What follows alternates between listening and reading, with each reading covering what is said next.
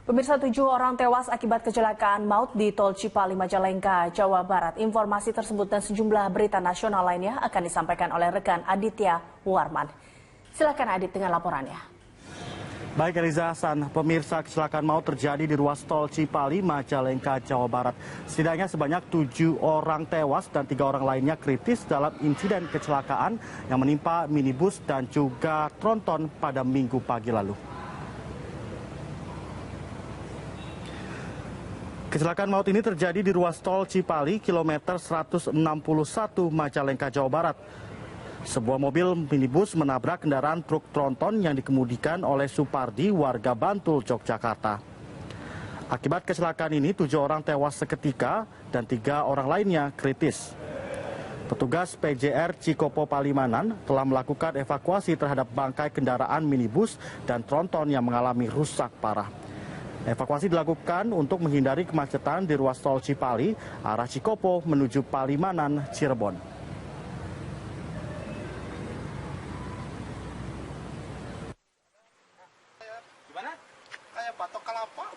Truk ringsek akibat kecelakaan yang diduga akibat remblong. Kecelakaan beruntun yang terjadi sore tadi bermula saat truk yang sedang melaju dengan kecepatan tinggi tiba-tiba mengeluarkan percikan api dari bagian mesinnya. Sopir yang hilang kendali langsung menabrak sejumlah kendaraan yang ada di depannya. Tabrakan beruntun tidak bisa dihindari, diduga akibat rem truk blong. Akibat kecelakaan ini 4 orang meninggal dunia, 20 orang luka-luka. Selain menyebabkan sejumlah orang terluka, kecelakaan juga menyebabkan kemacetan di 2 arah pada jalur Malang-Surabaya.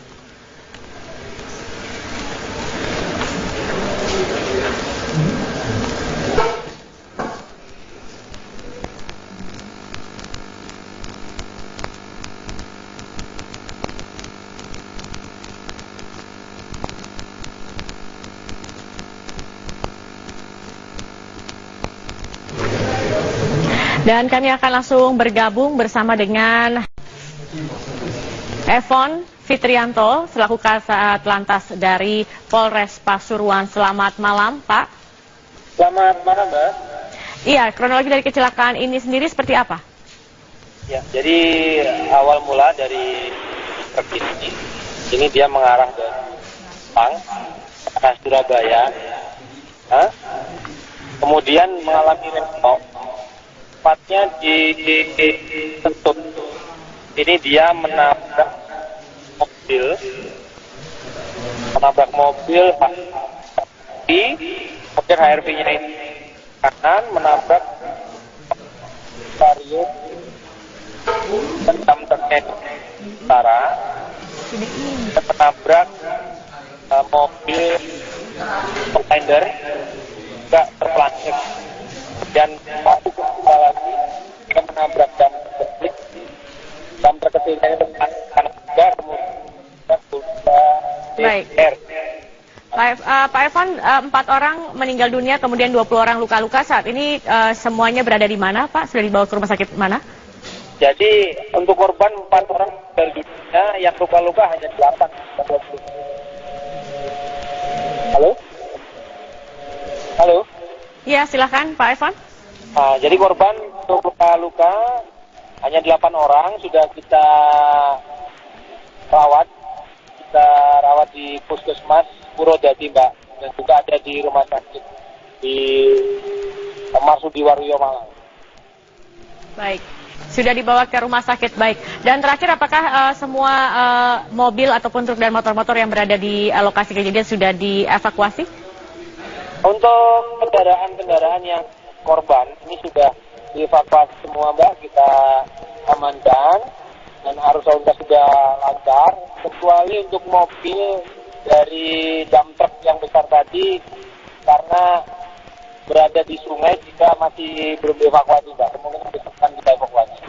Baik, terima kasih AKP Evon Fitrianto, Kasat Lantas Polres Pasuruan. Terima kasih. Dan pemirsa, demikianlah Headline News untuk saat ini. Headlines berikutnya akan kami hadirkan 1 jam mendatang. Sesaat lagi program Prime Talk akan mengikuti debat perdana yang diselenggarakan oleh KPU pada malam nanti. Bagaimana aktivitas dan persiapan para calon? Kami langsung bergabung bersama dengan 3 rekan kami yang telah mengikuti kegiatan masing-masing pasangan calon. Ada Minanti Rohanta, Clara Elverina, dan juga Fazila Hairunisa. Saya akan ke Minanti terlebih dahulu. Minanti, apa agenda yang dilakukan oleh pasangan nomor urut 1 Agus dan Silvi menjelang debat? Ya, Zakia, memang berdasarkan informasi dari tim media Agus dan Silvi tidak ada kegiatan menjelang debat di Hotel Bidakara ini. Namun kami pun telah memantau kegiatan calon Wakil Gubernur Silviana Murni di kediamannya. Memang terlihat tidak ada sama sekali aktivitas. Kami hanya melihat tim sukses yang datang ke rumah Silviana Murni. Namun sekitar pukul 15 waktu Indonesia Barat kami melihat Silviana Murni beserta tim suksesnya meninggalkan kediamannya yang diiringi dengan pasukan pengawal, patwal, dan forrider menuju rumah SBY di Mega Kuningan. Sekitar pukul 15.30 Silviana Murni tiba di rumah SBY di Mega Kuningan dan langsung masuk ke dalam rumah. Namun kami tim liputan memang tidak dapat mengambil gambar ataupun masuk ke dalam lingkungan rumah SBY karena tidak diizinkan oleh Pas Pampres ataupun pengawal dan satpam yang berada di kediaman rumah SBY. Hingga pukul sekitar 16.30 kami pun masih melihat mobil Silviana Murni ataupun Agus Harimurti Yudhoyono masih berada di kediaman rumah SBY di Mega Kuningan. Dan memang dari informasi tim media Agus Silvi bahwa pasangan calon ini harus sudah tiba di Hotel Bidakara yaitu 1 jam sebelum debat dimulai. Artinya sekitar pukul 19 waktu Indonesia Barat, Agus dan Silvi harus sudah berada di Hotel Bidakara untuk persiapan debat Pilkada 2017 ini. Dan memang jika melihat tema debat kali ini yaitu yang mengangkat mengenai pembangunan sosial ekonomi untuk Jakarta, ada beberapa program unggulan yang dimiliki oleh Agus Silvi seperti program unggulan nomor 5 yang dimiliki oleh Agus Silvi yaitu peningkatan pertumbuhan ekonomi, investasi, dan stabilitas harga. Artinya Agus dan Silvi menginginkan untuk investasi seperti pangan, energi, dan air bersih. Kemudian pembelanjaan pemerintah Jakarta harus signifikan karena penyerapan anggaran Jakarta dianggap sangat rendah sehingga harus diperbaharui. Selain itu juga stabilisasi harga harus diperbaiki, di mana Agus menginginkan akan adanya operasi pasar sehingga harga-harga di pasar dapat kembali stabil dan dapat dinikmati oleh warga Jakarta. Selain itu juga nanti ada 3 isu yang dimainkan dalam debat ini seperti pendidikan, transportasi, dan untuk bagian transportasi ini Agus mempunyai beberapa program seperti mempercepat proyek MRT dan LRT serta manajemen lalu lintas untuk mengurangi kemacetan. Sedangkan untuk lingkungan, Agus memiliki program penghijauan yaitu penanaman 5 juta pohon, di mana Agus menginginkan di masa depan tidak boleh kalah dengan kota lainnya yang sudah mulai baju. Dan berikut ini merupakan pernyataan dari Agus Harimurti Yudhoyono. Lihat secara keseluruhan, tentunya sesuai dengan tema dan topik yang akan disampaikan. Kita kan bisa memotret, kita saat ini kan mudah sekali memotret apa yang terjadi saat ini, raportnya bagaimana begitu. Ya, kita lihat saja apa yang menjadi realitas di lapangan, dan itu akan kita gunakan juga sebagai bahan kita berdiskusi sebetulnya dalam hal ini debat, katakanlah demikian. Tetapi tentu kita punya standpoint, punya cara pandang tersendiri, dan yang paling penting adalah bagaimana saya menawarkan solusi-solusi yang bisa dijadikan sebagai terobosan di masa depan.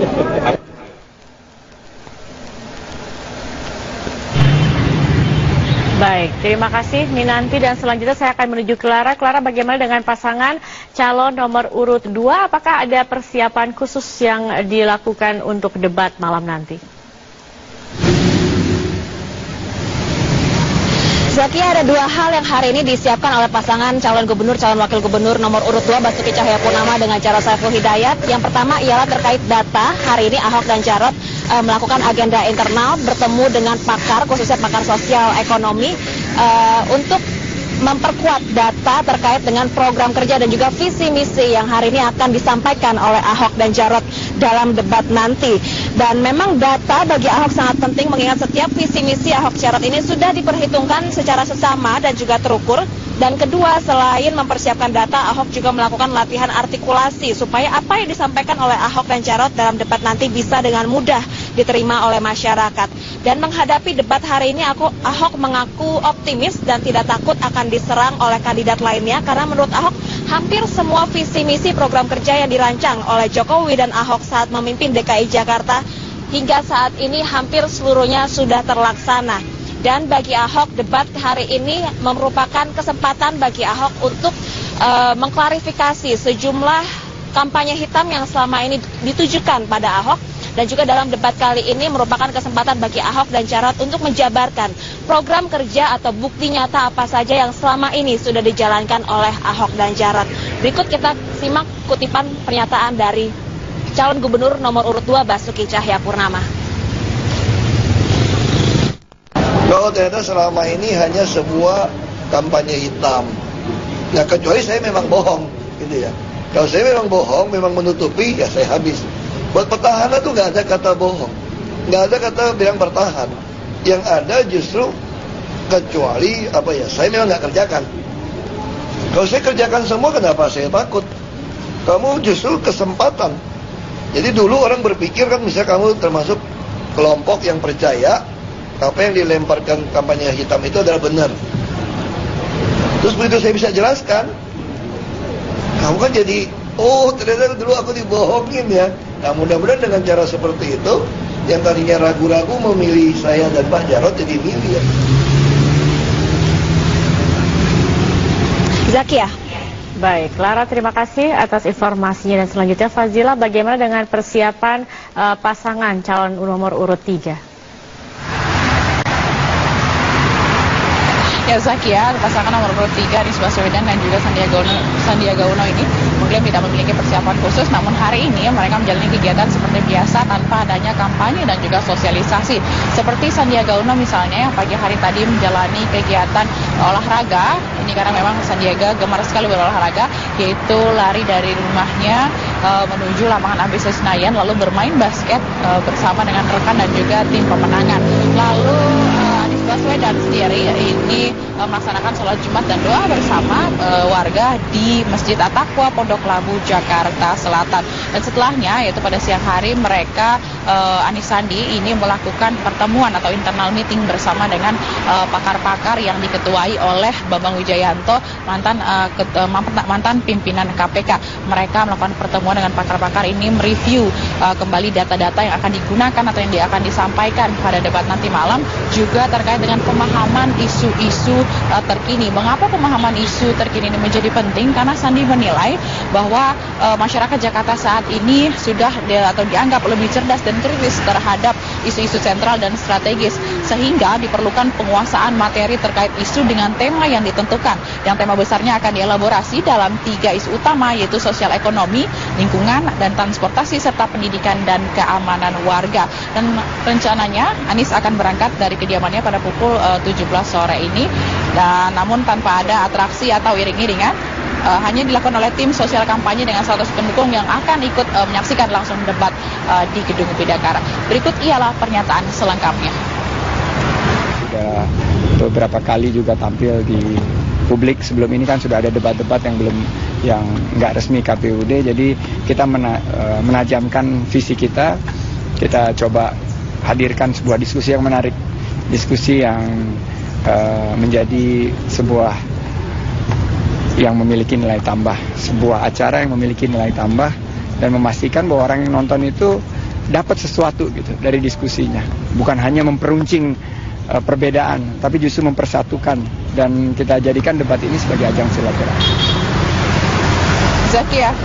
Baik, Fazila Hairunisa, terima kasih atas informasi Anda. Sebelumnya ada Clara Alverina dan juga Minanti Rohanta.